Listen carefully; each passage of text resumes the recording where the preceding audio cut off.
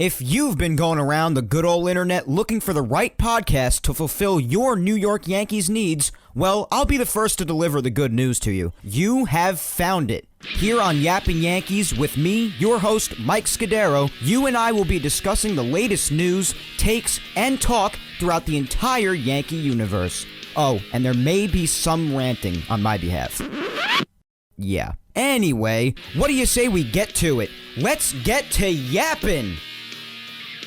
Hello there, my fellow Yankee fans, and welcome to episode 74 of the Yapping Yankees podcast, where we yap about the Yanks and nothing but the Yanks. As always, I am your host, Mike Scudiero, here on this Sunday, November 29th, 2020. As always, let's get started by giving our shoutouts to Grunt Talks MLB and Ball 9. Ball 9 brings you some of the best baseball content out there. Baseball stories, old and new, articles, roundtable discussions, suggested baseball podcasts like Yapping Yankees, and more. Visit Ball 9's website, ball9.com, and follow them on all social medias at Ball9. And know what you don't know. And of course, our other shout out goes to Grunt Talks MLB. Visit their website, grunttalksmlb.com, to see all of their baseball content and where they feature Yapping Yankees. Also follow Darren on Twitter, he's the mastermind behind Grunt Talks MLB, at Yankee Report 28, and follow them on all social medias at Grunt Talks MLB. Special thanks to Grunt Talks MLB and Ball 9 for helping spread the word every week about Yapping Yankees. And don't forget, guys, that you can help spread the word about Yapping Yankees every week as well, and stay updated on everything with both me and the Yankees by following me on all social medias. Follow my Facebook fan page at Mike Scudiero NY. Follow me on Twitter at Mike Scudiero and on Instagram at Mike Scuds97. And obviously, don't forget to subscribe and always listen to Yapping Yankees on all 4 of the platforms it's available on: YouTube, SoundCloud, Apple Podcasts, and Spotify.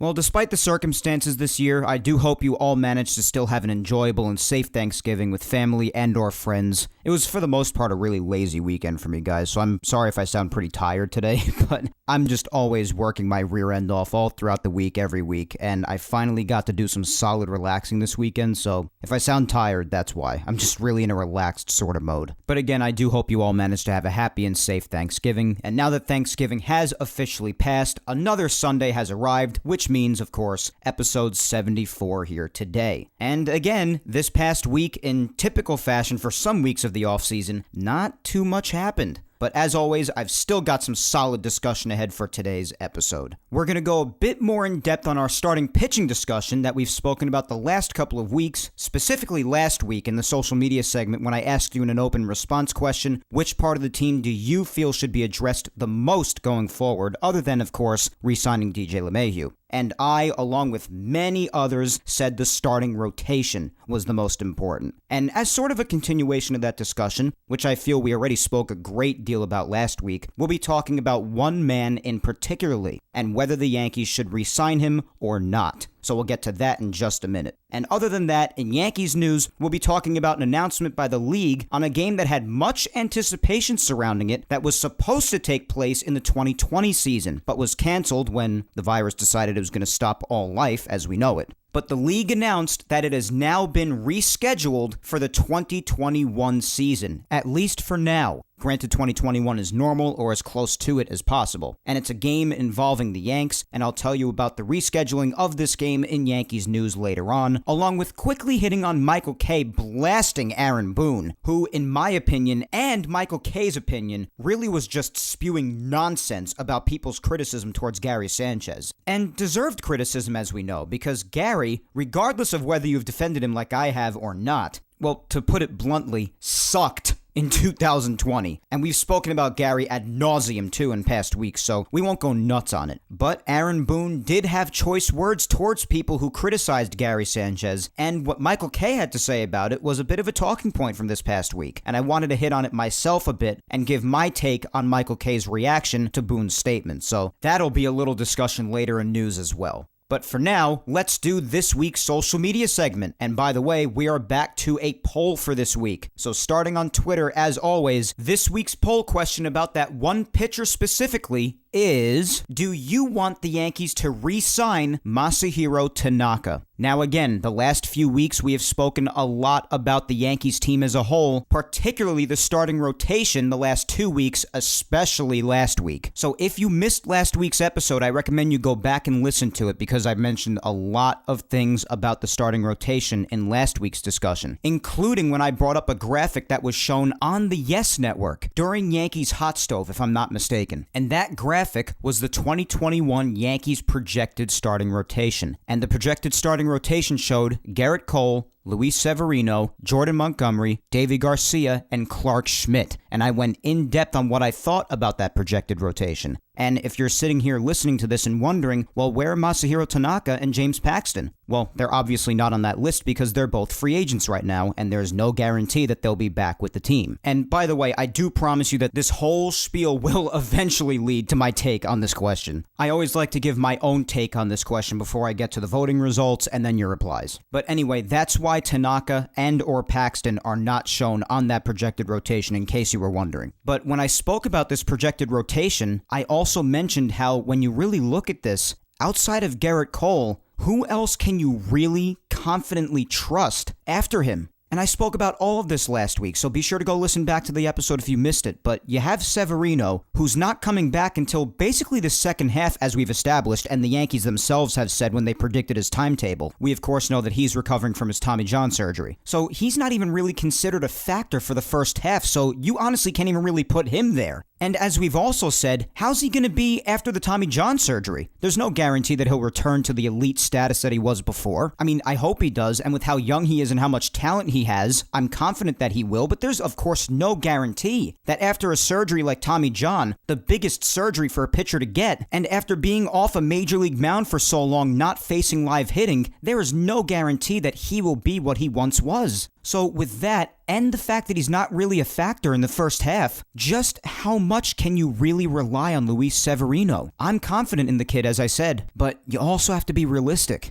Then you have Jordan Montgomery, who, as I mentioned last week as well, really came up big in Game 4 and had himself his fair share of good games in 2020, no doubt about that. But he was also very inconsistent. And yes, it was a very different season, but this was really his first full season back since his Tommy John surgery, which kept him out for basically all of 2019 except for when he came back at the very, very end. But he basically missed almost the entire 2019 season, and the later part of 2018 too, of course, because he went on the injured list to get Tommy John surgery in September of 2018, if I remember correctly. So the very end of 2018 he missed most of 2019, he only started one game at the very end of 2019 and appeared in 2 games. And then he had to pitch in a very weird season, like that of the 2020 season, and he was very inconsistent. So again, just how much can you rely on him? And you guys happen to know I'm a fan of Jordan Montgomery's, but just how much can you rely on him? Now you have Deivi Garcia, and he made his Major League debut in this wild 2020 season, so what a year to make your Major League Baseball debut in. But in this first year of his Major League career, he was fantastic, with the exception of one start at Fenway Park against the Red Sox. But except for that start, he was amazing, a shock to the entire Yankee community. And he really, really showcased his talent and showed really just what he's capable of. He has potential that is off the charts. And even when you go back to summer camp, when baseball was first starting up again back in July, when you go back to summer camp, he had a start against, I believe it was the Phillies in that exhibition game, and he had a really rough start. And again, granted, it's an exhibition game, it doesn't count, but he had a really rough start. And people really came down on him hard. Now, I and all other sensible Yankee fans really said, well, that could just mean he needs more development. I mean, people were really coming down hard on him. He sucks, he stinks, he'll never make it. This guy is talked up so high in the prospect system and he did so bad. I mean, people really came down hard on the kid. But I really even said, and you can go listen back to the episodes from back in July if you want, I even said, well, listen, it could just mean that he's only 21 years old. The kid might just need more developing. And that's nothing to be ashamed of. He's so young. And on the other hand, you had Clarke Schmidt, who did so great in summer camp, and everybody was calling for him all season long, even me at some points, especially when the injuries started to kick in again. And what a flip-flop that took, because Deivi Garcia, who was bad in summer camp, ended up having a great season, and then Clarke Schmidt, who was great in summer camp, ended up coming up into Major League Baseball in his debut against Baltimore, which I'll be the first to admit, as I have many times, was in a really, really tough spot. I don't know if you happen to remember that game in Baltimore when he made his Major League debut out of the bullpen, but it was a really tough spot, high-pressure situation, and that night, and basically all of his other appearances, more or less, after that on the Major League roster, he really looked rough. So they both flip-flopped from their summer camp performances. And Deivi, again, really just did a fantastic job. He really, really did. He opened a lot of eyes, including my own. And he's so young, so talented, so poised on the mound, not affected by anything, regardless of what's going on in the game. Whether he's pitching a gem or if he's getting slammed, has that same look on his face of determination, concentration, focus. He's definitely an elite competitor, and at that age, just makes it even more impressive. He is definitely special, but again, at that young age, and also in 2021 if it's a true full season, which he has never seen on the Major League roster before because he only pitched last year in a 60-game shortened season, and not even throughout that entire season. And at such a young age, and this is not me doubting the kid, I'm just raising a question, how much can you truly rely on that? I also happen to really believe in Deivi Garcia, and I believe he can go out there in 2021 and do fantastic yet again. But can you really rely on the kid as much as you could rely on maybe a solid 2 or 3 starter? It's a lot of pressure and a lot to ask. And then you have Clarke Schmidt, who I just talked about him earlier while I was talking about Deivi. And again, granted it was a rough season. You could really say that for basically all players who struggled last year. You could really attribute it to that at least a little bit if you want. Just how weird and never before seen of a season it was, and how crazy the circumstances were. You could say that. But despite all of that, in the few outings he did have on the Major League mound with the Yankees on the Major League roster, he struggled. And again, I happen to think Clarke Schmidt is crazy talented too. We've seen his stuff. It's electric. And his potential, again, his potential is off the charts too. But again, truly reliable. And these guys don't have to be as reliable as a Gerrit Cole. Gerrit Cole's one of the best arms in the whole game. He's a rare talent. But I'm just saying, relying on any of those 3 after Luis Severino, who again isn't even going to be a factor in the first half of the season. Granted, the 2021 season is normal or at least close to it. But again, relying on any of those 3, as much as you could rely on maybe a solid 2 or 3 after Gerrit Cole, like that of a Trevor Bauer, or maybe even despite all of his injury struggles, a Corey Kluber. I would mention Charlie Morton too, but he was just signed to the Braves, so he's off the market. But relying on those 3 guys as much as those kind of names, and a Gerrit Cole, for instance, without a James Paxton, who I don't feel is returning to the Yankees. I've said that many times already. I just don't think we're going to see James Paxton in a Yankee uniform again. But especially without James Paxton, and even if Tanaka walks,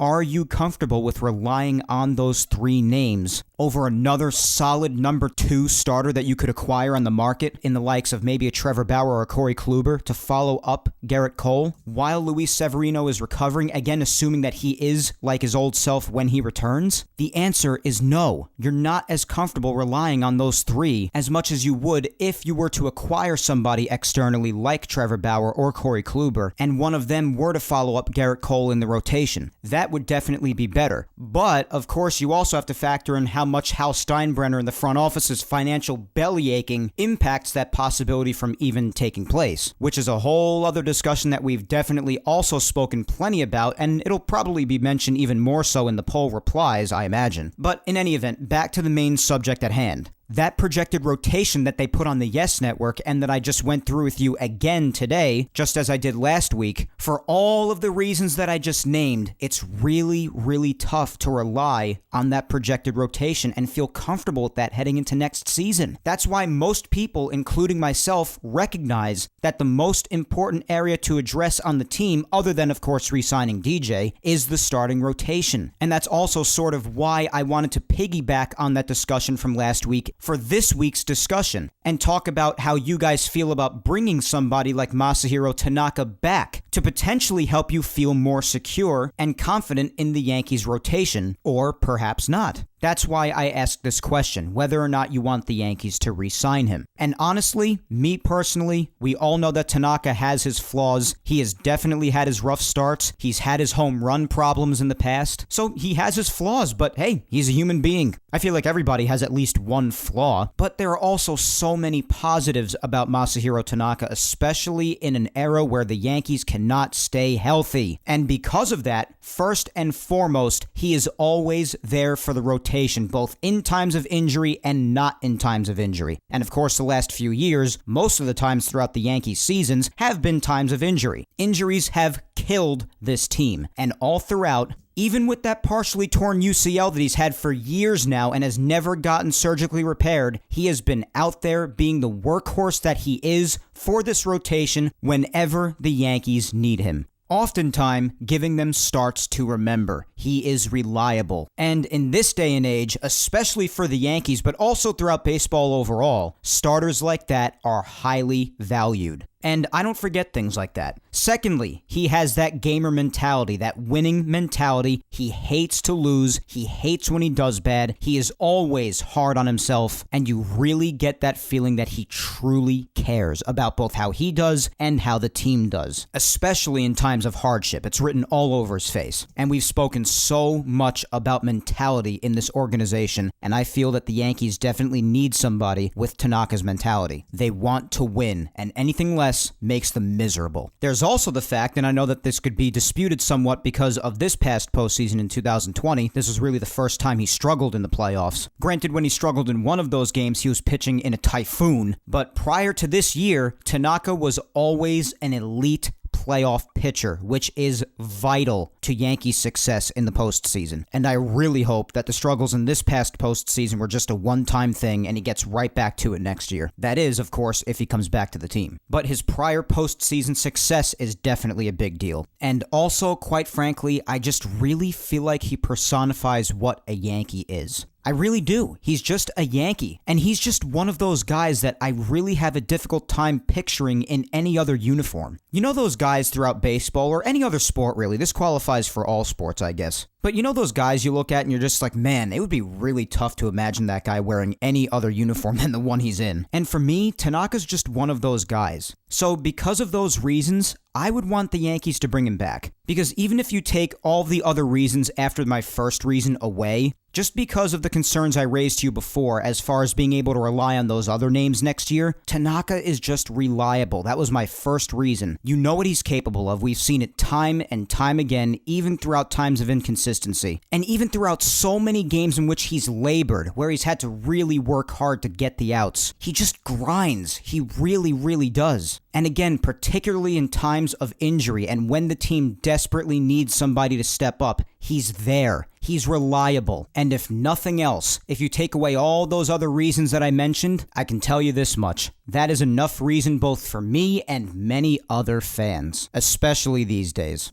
As far as contractual discussions, I definitely think it needs to be a fair one, and I'm not overpaying for him. Say to the tune of 2 years, 25 to 30 million, or 3 years, 40 to 45. Maybe 12.5 to 15 per. I think that's pretty fair. But if he asks for much more than that, especially because of all of their whining about their financial losses from the pandemic, I definitely see the Yankees letting him walk away. But if Tanaka is on board with accepting contracts around those amount of years and around that money, then yes, I am on board for bringing him back. Because as we've been stressing, despite his inconsistency, it's really tough to fully rely on those names from the projected rotation earlier, and Tanaka is reliable and he brings some stability to the discussion. He just does. But as I also said last week when talking about the starting rotation, the Yankees' work can't end there as far as I'm concerned. I think they have more work to do beyond that, and I did say that getting one more solid starter, preferably a number 2 starter, a really solid option to go after Garrett Cole in the rotation like a Trevor Bauer. He's seemingly only looking for a 1, maybe a 2-year deal. But if you could re-sign Tanaka to a reasonable contract and get somebody like Trevor Bauer, now that would really be ideal. That would be my overall goal for the rotation and would really have me feeling comfortable with it heading into next season. Now, do I think that that's what they would do? I do not, because of all their belly aching about the financial losses from last year. But that would be my end goal with the starting rotation. Do I see the Yankees spending that kind of money by re-signing Tanaka and going after a Bauer? No, I don't, but that's what I would do. I really do think that my approach would truly solidify this rotation for next year. But would they do something like that while being adamant about staying under the $210 million threshold for the luxury tax? No, I don't think they would, and I wouldn't expect a Trevor Bauer or any of those guys to come to the Yankees. I'd be shocked if they did that.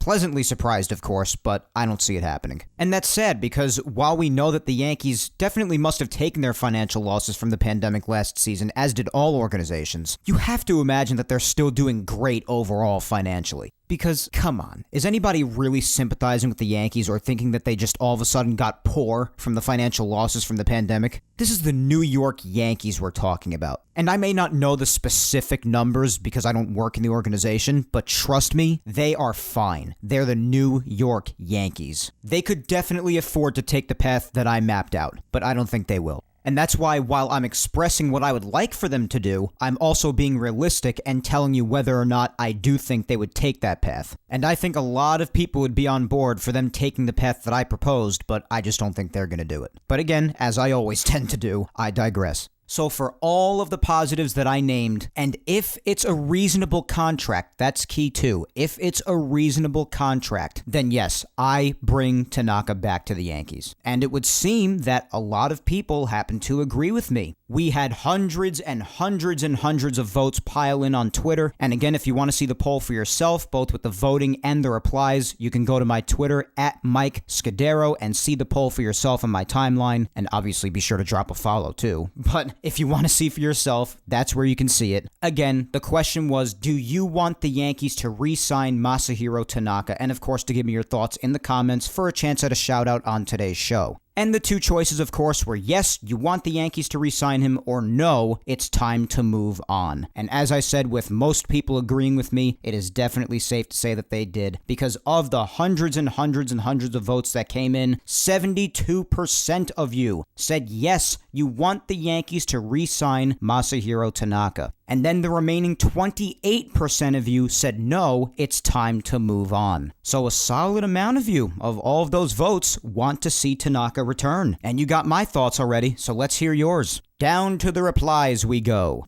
Let's see here. Up first, we've got @Laker477, and he says yes, but only if they sign or trade for another quality starter as well. Re-signing Tanaka alone will not get the job done. Well, if you heard all of my thoughts from earlier, you would know that I agree with that, because my end goal is to bring a reliable starter like Tanaka back and then go out and get somebody else after that. Preferably, although I know some people don't like him for their own reasons, but preferably Trevor Bauer, which I really think would solidify the rotation if you were to bring back Tanaka as well. So yes, I agree with that. Next up, my good friend Laura, @Laura_Icemont, and Laura says, yes, he's proven to be reliable over the years, and the Yankees would benefit having him on the team, especially with how the offseason is going to be for free agents. Yeah, definitely, this offseason already is unlike any other. There is much more consideration and contemplation when it comes to spending money. Organizations are clearly being much more careful, and as expected, so far, it's been pretty quiet about a month in here, and free agency is in a state unlike it's ever been in. But yeah, I would say more often than not, especially in the playoffs, Tanaka has definitely proven himself to be a reliable pitcher for the Yankees. Next is @ST2Ponce, and they say, if the price is right, then yes, perfect 4 or 5 guy now. Yeah, I would say if the Yankees do the plan that I proposed and they were to go out and get a Bauer and bring back Tanaka, then in the first half with Sevy out, I would say that Tanaka would be the 3 in that rotation. But if they just bring Tanaka back and don't go out and get another starter, then he would probably be the 2 after Garrett Cole until Luis Severino's to return. And again, I'm only putting Sevy ahead of him if Sevy comes back like the Sevy that we know. Because as we stressed before, of course, after not being on the mound for so long and coming coming back from Tommy John surgery, there is no guarantee that Severino will be the Sevy that we remember. But if he is, he probably will be ahead of Tanaka in the rotation, you have to assume. That's how I assume the Yankees would put it. But yeah, let's say they go out on the market and get Trevor Bauer, and Sevy does return from Tommy John surgery being the Sevy that we remember and love, then the rotation would probably go Garrett Cole, Trevor Bauer, Luis Severino, and then Masahiro Tanaka. That would probably be the 1 through 4. So in that case, yeah, he would be a really good 4. But again, this could play out a ton of different ways depending on how Sevy is when he comes back, if the Yankees do go out on the market to get another pitcher, who the pitcher is, if they decide to bring Paxton back too, which as I said before, I don't see happening, and of course Tanaka himself has to return. So lots of different scenarios could take form, and any of those things could factor into where Tanaka would be in the rotation. At NYYFanForever96 simply says, yes. All right, fair enough.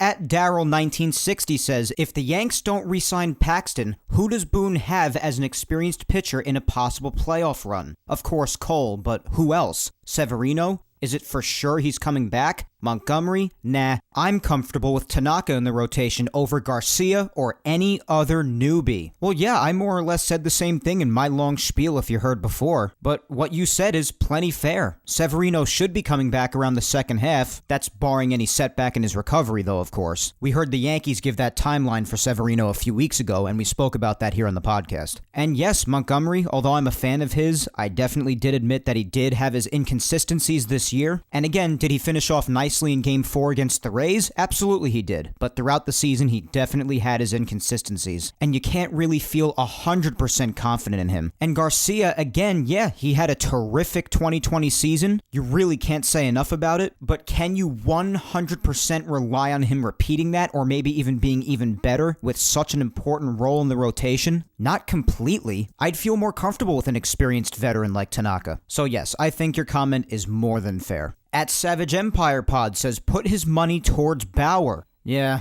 I just wish they could do both. Actually, rephrase that. They could do both. It's just a matter of whether they would do both. Because they could if they wanted to. I just really wish they would. But they probably won't. Up next is at 2170 Whitehaven, and they say Tanaka is very intelligent and can make quite a few adjustments during a game and to rest issues. He, however, needs spring training and develops his repertoire of pitches there. He did his best in a 60-game season, but needed more time. His big game experience and determination are A+.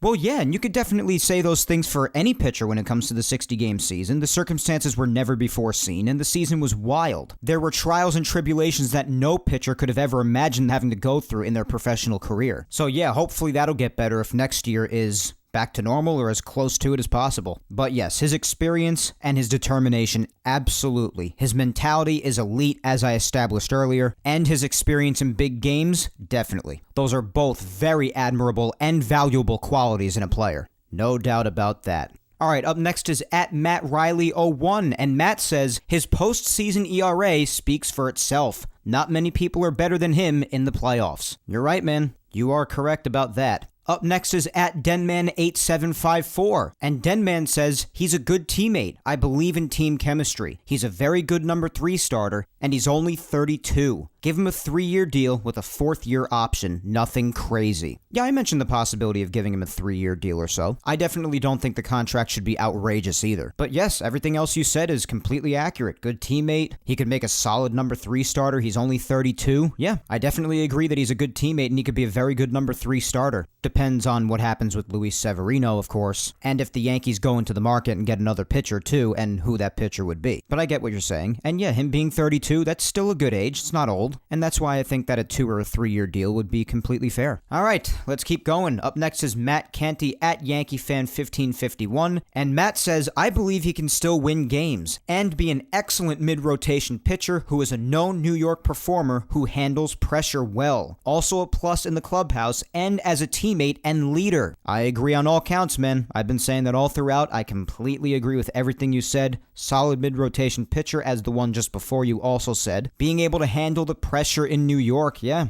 That's one that nobody's really mentioned yet. That's completely true. Just a big game pitcher overall. And yeah, a solid teammate and a leader in the clubhouse. Then up next we had at Julian Guiarte1, and Julian says, the Yankees have to re-sign Tanaka. There's no better option on the free agent market. Bauer isn't going to be a Yankee, and no one else stands out. Tanaka has his flaws, but he's reliable and knows how to pitch in New York. They could explore the trade market, but that's far from a guarantee. I think that's fair, Julian. I basically echoed everything you said. While I would definitely like to have both Bauer here and re-signing Tanaka, I do not think that the Yankees will be getting Bauer. And while I did also point out Tanaka's occasional inconsistencies and his flaws, basically, if you take Bauer out of the equation going out on the market, I mean, which other pitchers are really more reliable of an option than Tanaka, as I've been saying? That's basically the logic I've also been using. So yeah, Julian, a lot of that's basically what I've said too. It's good logic, and I happen to agree with it. James Celestin at Black Rebirth 52 is up next, and James says, I would re-sign him because we desperately need pitching depth, and Tanaka is not bad. And we have to wait for Sevy to come back, and you can have a rotation with Cole, Tanaka, another veteran, Davey, and Monty. Yeah, I mean, after going over that projected rotation that I've basically beaten to death at this point,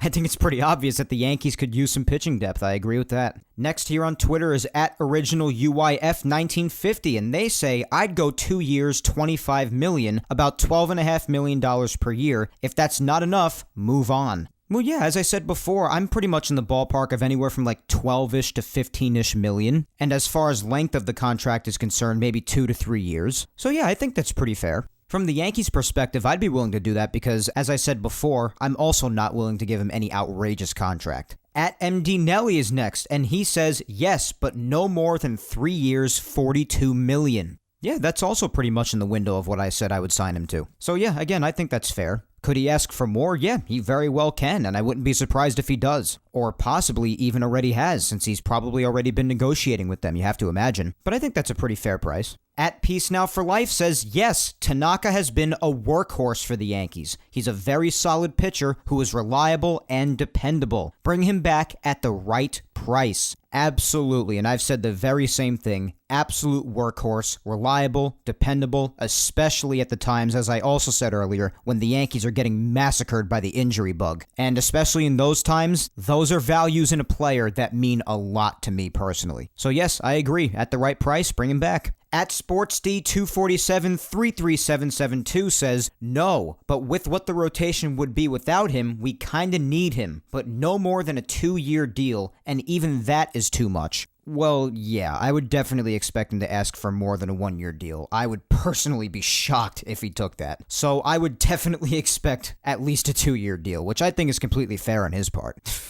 I don't think 2 years is too much. At CBonillo531 is up next, and they say, I only said no because that UCL is starting to scare me. I mean, there's just no way he can keep going without it tearing at some point. Well, yeah, that's been a risk for years now. It's always been a risk. He's had that partial tear for years, but he's made his adjustments, and I don't really think there's been much of an indication of it tearing at any point. Do you? Have you seen anything? I mean, I understand that being a concern and being a reason why you wouldn't want him back at all, but if it's that much of a concern, you could still also bring him back on the short-term deal that I propose, maybe a 2-3 year deal, so that God forbid something does happen with that UCL, you're not stuck with him for like 5+ years. So I guess that's a concern, but there's really been no indication to me or from anybody else seemingly that that's an imminent risk in the near future. I mean, it's always been a risk, and he's done a great job with it. That thing's been partially torn for years. All right, let's do a couple more here on Twitter, and then we'll move on to Instagram. We have at BobbyTats631 up next, and Bobby says, yes, despite not having his best stuff, it wasn't the best year for a lot of players. He can still be a solid part of the rotation. Absolutely, Bobby, I totally agree. And yeah, as far as this past season, you can at least partially attribute the struggles of a lot of players to how weird this past season was. But yes, he could definitely still be a solid part of the rotation, no doubt. All right, let's end with at Medic968, and he says, I voted no, but only because signing Tanaka can't be the only Yankees pickup for starting pitching. If they sign Tanaka and someone else that is a quality number 2, then I'm okay with it. Well, as I've explained all throughout this poll segment, I want the Yankees to bring back Tanaka regardless. But yes, my end goal ultimately would be to get another starter out on the market, preferably a Trevor Bauer. I think that's truly what the Yankees need, to bring back Tanaka and to also go out on the market to get somebody else, a solid quality top-end starter. And really, the best one out there is Trevor Bauer, or maybe even Corey Kluber, but of course, some people are more skeptical of Kluber because of his really bad injury struggles, and God knows the Yankees don't need any more of those. But yeah, that would be my end goal too. Another quality starter and bringing back Tanaka. That is definitely what I would want too. But yes, regardless also, just because he's so reliable, and as we've established, there aren't too many better options out there right now, I'm bringing him back regardless. But I completely understand what you're saying about also wanting another quality starter. And the Yankees could do it. We all know they can. It's just a matter of whether they would do it or not. And you guys know what I believe when it comes to that. But guys, that is all for the Twitter replies for today. Let's head on over to Instagram to see how you guys voted and replied over there, and then we'll talk about our quick 2 things in Yankees news before wrapping up episode 74. Over on Instagram, obviously the same poll question applies. Do you want the Yankees to re-sign Masahiro Tanaka? And again, the 2 choices are either yes or no, it's time to move on. And in very similar fashion to Twitter, the choice of yes here on Instagram was victorious and earned 77% of the vote. And the remaining 23% voted for no, it's time to move on from Masahiro Tanaka. So the choice of yes wins by an even bigger margin here on Instagram, so it is very obvious how a lot of Yankee fans feel about Masahiro Tanaka's future with the Yankees. They want him back. So let's read a couple of replies from Instagram. First up, we'll do my good friend Tina at MountainGal456. And Tina says, I love him, Mike, but something tells me it's time to move on. Tough question because my heart tells me something else. I hope I'm wrong, but I did vote that it's time to move on.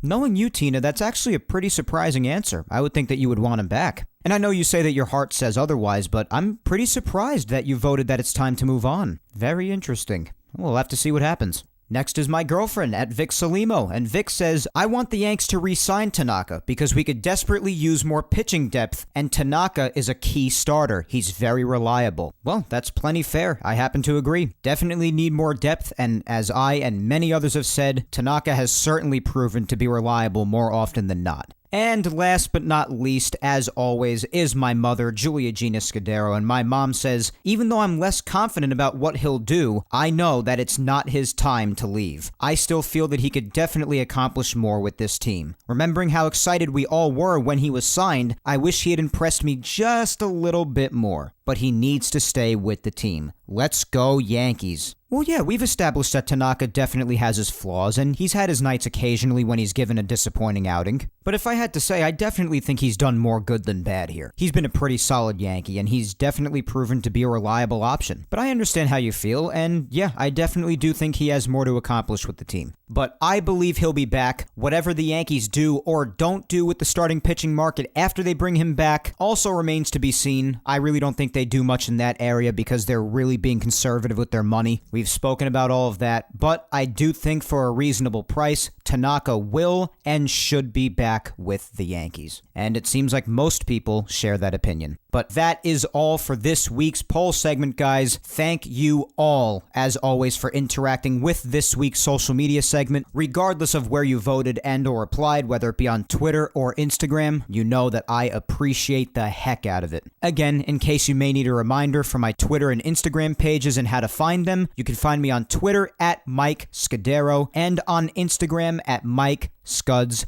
97. And as most of you know, I usually put the social media segment question in my Instagram story. So that's where you could find the question on my Instagram. And on Twitter, of course, I just post it on the timeline, so it should be on my Twitter page. And obviously, as I also say every week, if I did not get to you, do not worry. Just keep on commenting. I really get to as many replies as I can every week, guys. So just keep a lookout for the social media questions every Saturday. Keep on voting, keep on replying, and if you do reply and I haven't gotten to you certain weeks, I will definitely get to you in others. But great thoughts, as always, by all of you, and your interactions are always appreciated. I love hearing your thoughts every week. But let's keep the ball rolling here on episode 74 and finish up with some Yankees news. First up is the announcement of that rescheduled game that I mentioned to you in the beginning of the show. And that, in case you didn't already guess it, is the Field of Dreams game. For those who don't remember, that was supposed to be a game that was supposed to take place between the Yankees and and the White Sox earlier on in the 2020 season. Of course, it was completely scrapped when the virus happened and all sports came to a screeching halt, and baseball's schedule obviously had to completely change. The Field of Dreams game did not take place this past season as it was supposed to. And a lot of baseball fans, including me, were very, very excited about it. I mean, just the thought of it is awesome. For those of you who don't know what Field of Dreams is, it's probably one of the best baseball movies ever. At least to me. It's one of the best baseball movies ever to me. One of my personal favorites. It came out in 1989. It stars Kevin Costner and James Earl Jones. James Earl Jones is one of my favorite actors ever. And it's just such a nice movie. It takes place in Iowa, and Kevin Costner's character and his family are basically surrounded by acres of cornfields. And there's a voice that goes off in Kevin Costner's character's head, which leads to him building his own baseball field on his own property. And then after he does that, a lot of ghosts of former baseball players from many, many years ago start to emerge from the cornfields and play baseball right in front of their eyes, right on the baseball field on his property. And in case you haven't seen it, I'm not going to say anything more about it. I don't want to spoil anything. For those of you who have seen it, you know how great of a movie it is. It's just touching. It really has a nice story to it. And before the 2020 season started, somebody came up with the idea of having a Major League Baseball game played in that area in Iowa where the movie was filmed. And it's just a really, really cool idea. I was really, really excited for it for this past season. Then, of course, the virus ruined everything. And now, almost a week ago, this past Monday, the league announced that they are rescheduling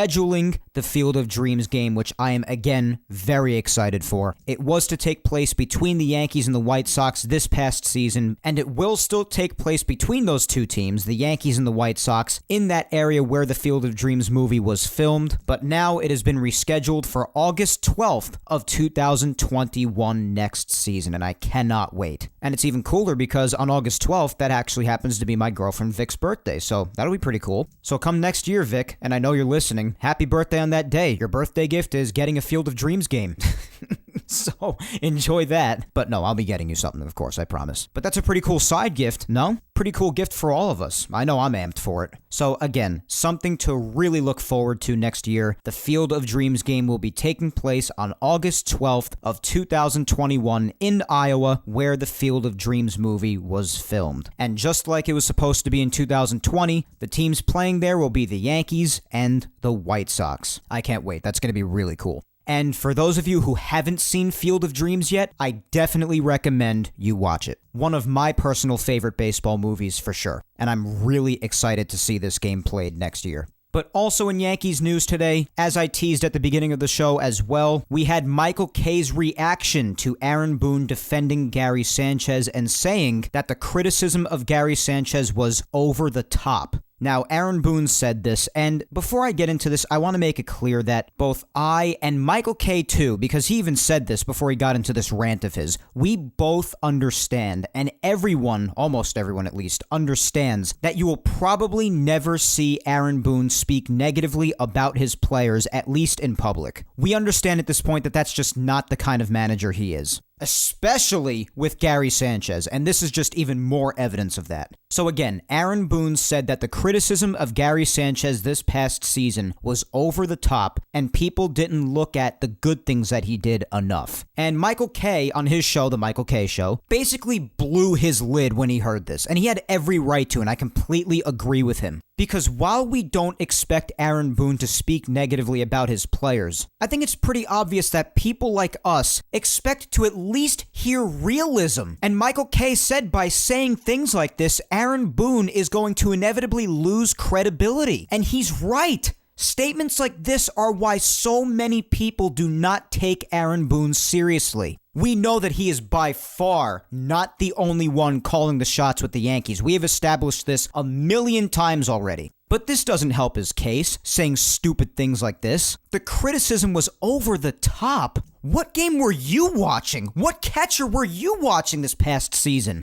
I even said it a few weeks ago. There was a line that I had, and I completely stand by it. I said that watching Gary Sanchez in 2020, both at the plate and behind the plate, was an absolute chore. I said that a few weeks ago right here on Yapping Yankees. It was a chore to watch Gary Sanchez play baseball. And it was. And I know that some people nowadays don't care about batting average, but that was just one of many stats that reflect his abysmal season. It was through the ground. The strikeout rate was through the roof. And not just like an ordinary spiked strikeout rate, because that's just the way the game is nowadays. No, it was even worse. It was horrendous. And I get that he's a home run hitter, but he really didn't even do that well this season at all. And the ones that he did have, I believe they made up for like half his hits all season. And behind the plate again, even with his new one-leg stance, which I know was just designed to help him with the framing of the pitches. It's not to help him block the ball. I mean, that was made very clear, especially by what we even saw with our own two eyes behind the plate, that was definitely not to help him block the baseballs. I'm of course referring to the stance where his one knee would be on the ground. But in my eyes, and in the eyes of many, that really didn't have an astronomical improvement on the framing of the pitches either. It did at times, obviously, but it also depends what kind of umpire you have calling the game behind you. And to me, that stance really didn't even have that astronomical of a difference. So at the plate,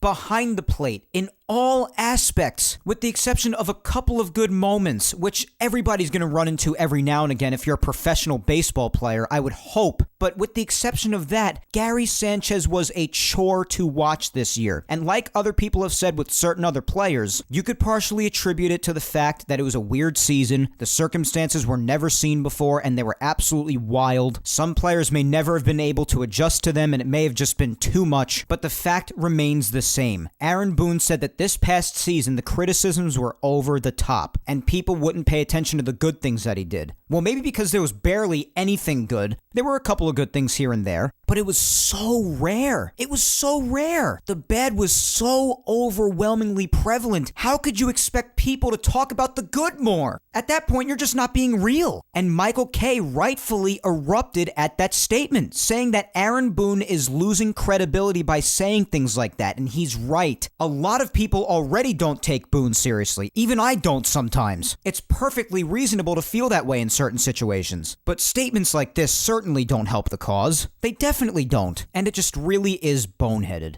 But again, we expect Aaron Boone to make statements like this, but when they do, it's nonsensical and irritating. It just makes it seem like their heads are in the clouds. The Yankees overall, meaning. And you know what? Gary Sanchez himself probably knows that he stunk this year, and I'm glad that he's doing winter ball so he could hopefully improve and turn it around. But whether you defended the guy in the past, like I did a lot of the time, or not, that defense at some point just had to come to an end because he was just straight up brutal this past year. And the last 3 years, although he's had many more good moments throughout 2018 and 2019, his health has at times been an issue, and his performances still weren't anything iconic or legendary. It seems like he's been on a downward trend, which at his age, he's supposed to be in his prime right now. His prime. He's going into his late 20s. So I just really, really hope for his sake, because I happen to think 2021 should be his last chance. How many years are you going to give a guy, especially a guy that's supposed to be in the heat of his prime right now? But I just hope for his sake that with the hard work they say he's going to do this offseason to try to turn his career around, that he really comes back in 2021 and just murders baseballs and also improves more behind the plate defensively. Otherwise, his career as a Yankee might come to an end. And I really won't have much to say to defend him at that point, just like I didn't at many points throughout the 2020 season. Because there comes a point where you just have to be direct about something. The backup catcher Kyle Higashioka started way more playoff games than Gary Sanchez did this year, and he even started Game 5 against the Rays, the win-or-go-home game. And he played in it up until the very end when Gary Sanchez came in defensively. So even that speaks volumes too. So all in all, I agree with Michael Kay, and although we all expect statements like this from Aaron Boone, it may be in his best interest to dial back the over-positivity just a little bit for his own sake. Just saying. That's my opinion on it.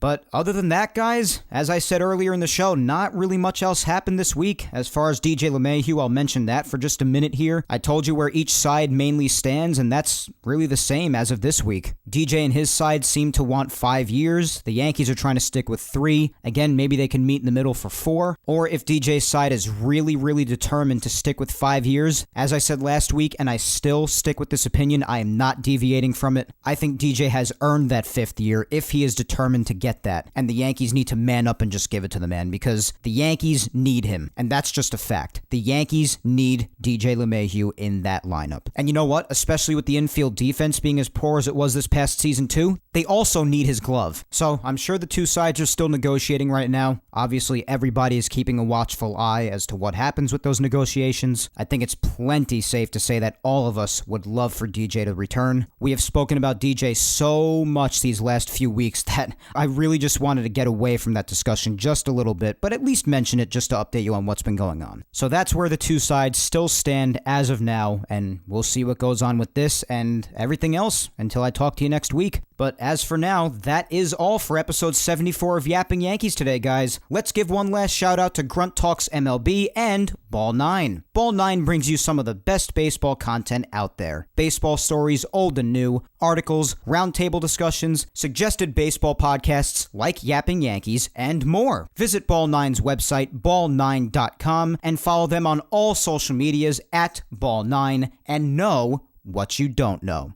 And our other shout out goes to Grunt Talks MLB. Visit their website, grunttalksmlb.com, to see all of their baseball content and where they feature Yapping Yankees. Be sure to also follow Darren. He is the mastermind behind Grunt Talks MLB, and you can follow him on Twitter at Yankee Report 28 and follow Grunt Talks MLB across all social medias at Grunt Talks MLB. Special thanks, as always, to Grunt Talks MLB and Ball 9 for helping spread the word every week about Yapping Yankees. And also, guys, don't forget to follow me on all social media so you can keep up on the latest having to do with me personally, along with the Yankees and Yapping Yankees announcements, content, and Twitter and Instagram social media segments every Saturday. Head on over to Facebook and follow my fan page at Mike Scudiero NY. Definitely be sure to follow me on Twitter at Mike Scudiero and on Instagram at Mike Scuds97. And I'd also really appreciate it, guys, if you took the time to hit that subscribe button on the Yapping Yankees YouTube channel. The YouTube channel continues to grow, so please be sure to subscribe to it if you haven't already. And also subscribe and always listen to Yapping Yankees on SoundCloud, Apple Podcasts, and Spotify. And while you're at it, why not listen to the past Yapping Yankees episodes that you've missed? Episodes 34 up to episode 74 today are available on YouTube, and all Yapping Yankees episodes, including today's, are available on SoundCloud, Apple Podcasts, and Spotify. Yapping Yankees is available on all four of those platforms, so do help spread the word and tell everybody you know to listen to Yapping Yankees. Once again, thank you 3000 for listening to me yap today. I have been your host, Mike Scudiero, and I will talk to you next Sunday, December 6th, the last month of 2020. Thank baby Jesus himself. And I'm